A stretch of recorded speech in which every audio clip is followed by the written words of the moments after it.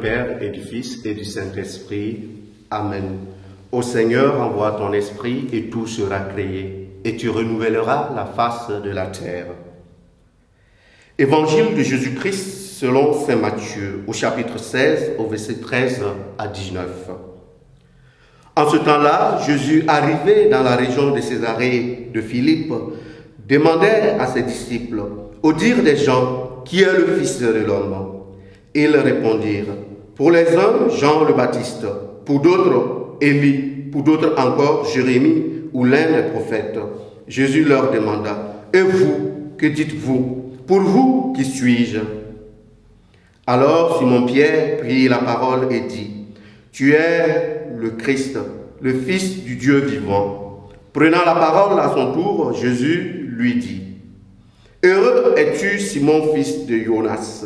Ce n'est pas la chair et le sang qui t'ont révélé cela, mais mon Père qui est aux cieux. Et moi, je te le déclare, tu es Pierre, et sur cette pierre, je bâtirai mon église, et la puissance de la mort ne l'emportera pas sur elle. Je te donnerai les clés du royaume des cieux. Tout ce que tu auras lié sur la terre sera lié dans les cieux. Tout ce que tu auras délié sur la terre sera délié dans les cieux. Acclamons la parole de Dieu. Louange à toi, Seigneur Jésus. Aujourd'hui, 22, la liturgie nous offre de célébrer la chair de Saint-Pierre. Et l'évangile de ce jour nous permet de resituer cette fête dans son contexte et dans la centralité de notre foi. En effet, le Seigneur pose à chacun de nous, pour vous, qui suis-je? Eh bien, dit simplement, chacun de nous est appelé à faire une expérience personnelle du Christ, découvrir qui est le Christ pour nous. Et la question que chacun peut se poser, c'est pourquoi c'est Pierre qui donne la réponse alors qu'il n'était pas le seul. Eh bien, je pense que le Seigneur lui-même nous donne la réponse. Ce n'est pas par lui-même, mais c'est Dieu qui suscite la réponse de Pierre.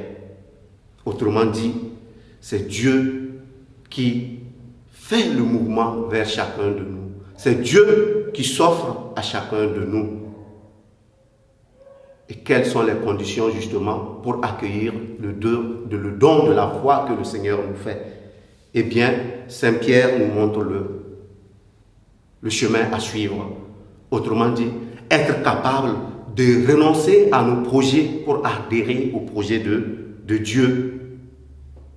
Et si Saint Pierre donne cette réponse, eh bien, c'est parce que Saint Pierre non seulement accueille la foi qui lui est donnée en se mettant à la suite du Christ, mais il est capable de renoncer à ses projets pour entrer dans le projet de Dieu. Et si aujourd'hui nous célébrons la chair de Saint Pierre, eh bien, c'est parce que le Seigneur justement le confie cette responsabilité de gouverner la charité et l'unité de son Église.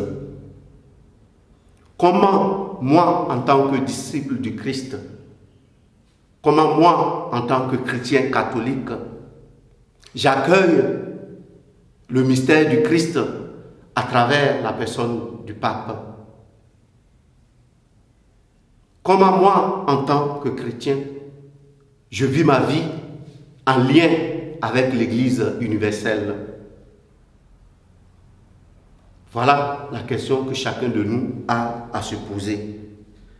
De sorte que notre attachement au Christ doit se refléter dans la réponse que nous allons donner à la question de qui il est pour chacun de nous et comment est-ce que, comme chrétiens, nous travaillons à l'unité de la charité en nous laissant justement guider par cette figure que le Christ nous donne, cette figure qu'est le pape, cette figure qu'est Saint Pierre. Au cours de cette journée, nous allons prier le Seigneur afin qu'à travers les enseignements que nous recevons de Saint Pierre, à travers l'enseignement que nous recevons à travers le pape, nous puissions aussi grandir dans la construction de notre unité ecclésiastique et de notre charité. Loué soit Jésus-Christ.